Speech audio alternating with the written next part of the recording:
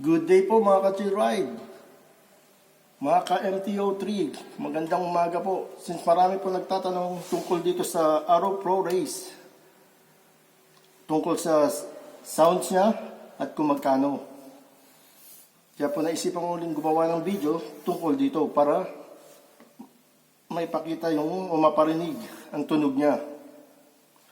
At tungkol naman po sa presyo, kumukuha ko po dito sa Spain na in-order pa sa Italy, 260 euros.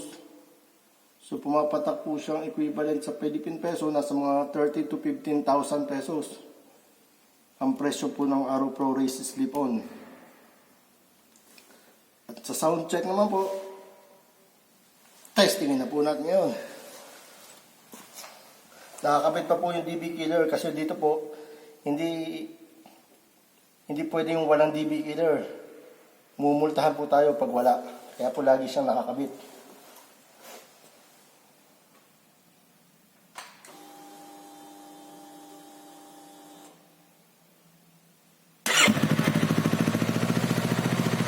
Kaya po yung sounds niya, nakakabit ng Dbkiller.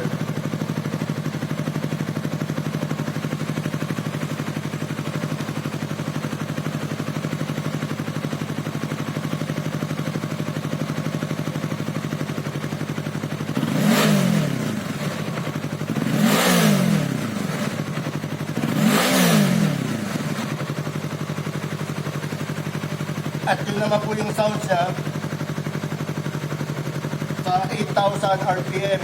Hindi ko po sinasagad pag naka-park. Bale, next po, pakinggan naman po natin yung walang Dbkiller.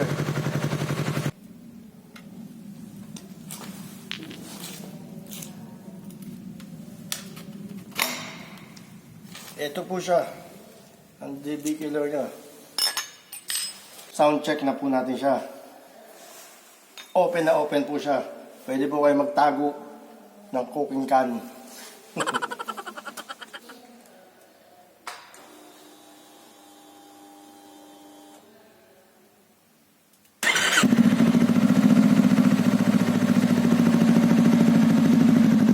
Yan po yung sounds niya without Dbkiller.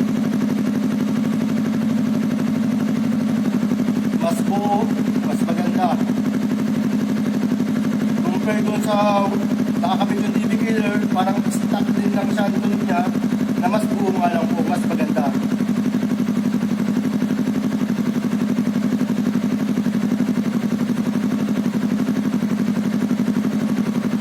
Advantage lang po niya, maganda po siya, maporma, magaan.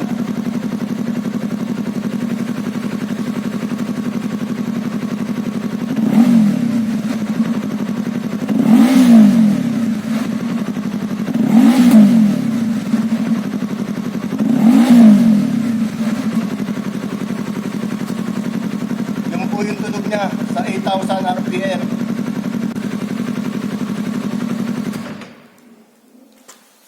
Okay mga ka-MT03, sana po nag-enjoy kayo at nasagot ko at napagbigyan ko kayo sa request ninyo.